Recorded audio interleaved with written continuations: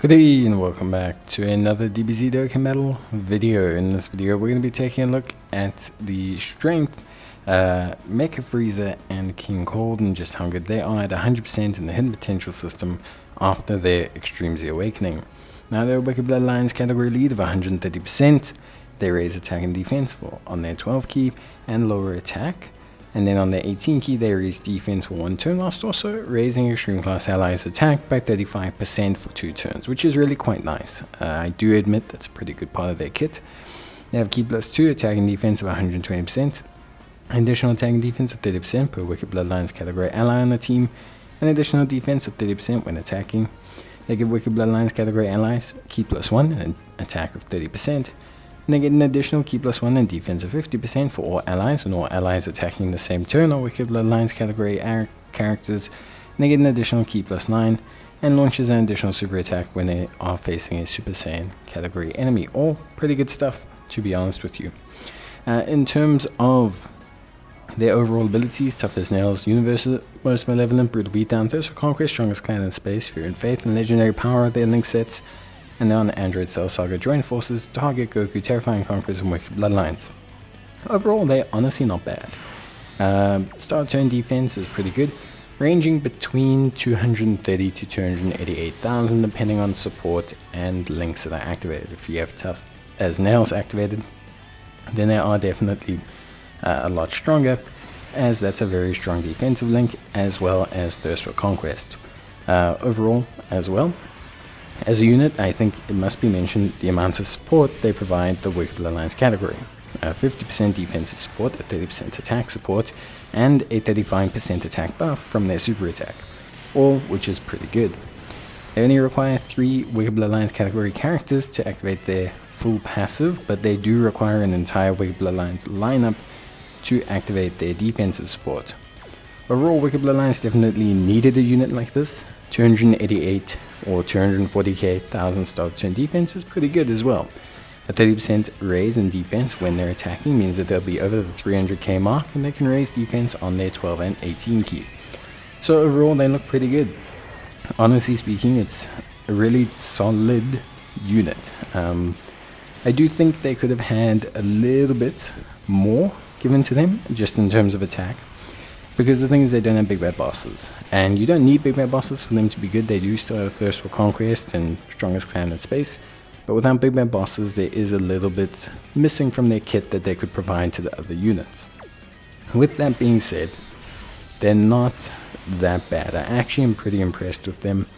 Factoring all of the support that they give, factoring everything they do, I think they're pretty solid. Do they stand up by today's metrics? No. Do they have, or when I say stand up, are they exceptional by today's metrics? No, but can they be involved in a lot of content? Yes. They can do several red zones. They're able to do quite a few challenges overall. They're very solid in the SBR situation, very solid in the ESBR situation. So for me, they're a decent unit. They exist in a very decent realm of capabilities. They aren't going to age fantastically, but they facilitate the Wicked Bloodlines team enough right now to be a solid addition. They are, however, incredibly expensive, ranging in at about 2.175 million battlefield memories just to get them rainbowed. And even with link level 10ing them, you're still looking at a unit that ultimately at the end of the day maybe will sit at the 300k mark with all links active, and maybe will break the 8 mil mark in terms of offensive capabilities.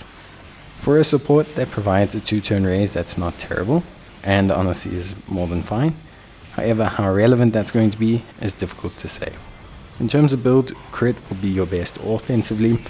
Defensively though, probably additional and evasion.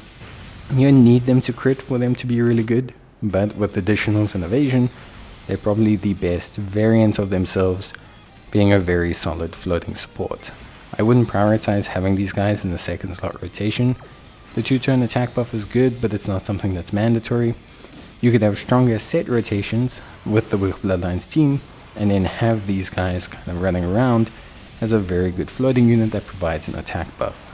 I think ultimately at the end of the day, that's probably the best position for them to be in.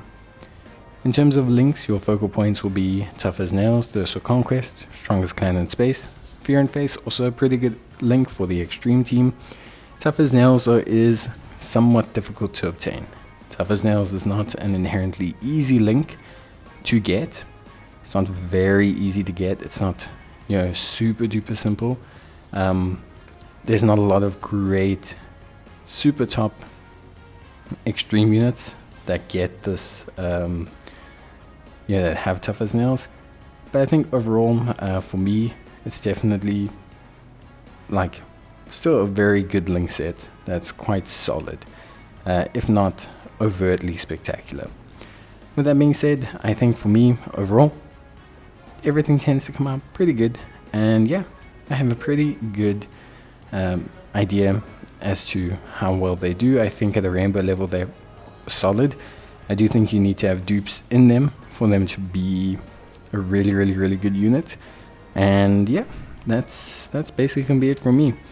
So hopefully you guys enjoyed the video. Let me know what you think about them, if you've used them, if you've tried them in any hard content or anything. But yeah, for me, realistically pretty good. And yeah, I think from my side, it's ultimately at the end of the day a solid free-to-play unit without being an overtly spectacular unit. Maybe just a little bit too limited, and I think that does impact their usability, as they're a great floating support, but you're kind of limited to a Wicked Bloodlines team, just to get the best out of them. Though, still some decent numbers and stats, and I do think the utility they provide is good, and I do think Wicked Bloodlines is boosted by their addition, at least the current iteration of Wicked Bloodlines. So yeah, but that's it from me. See you guys next time. Bye.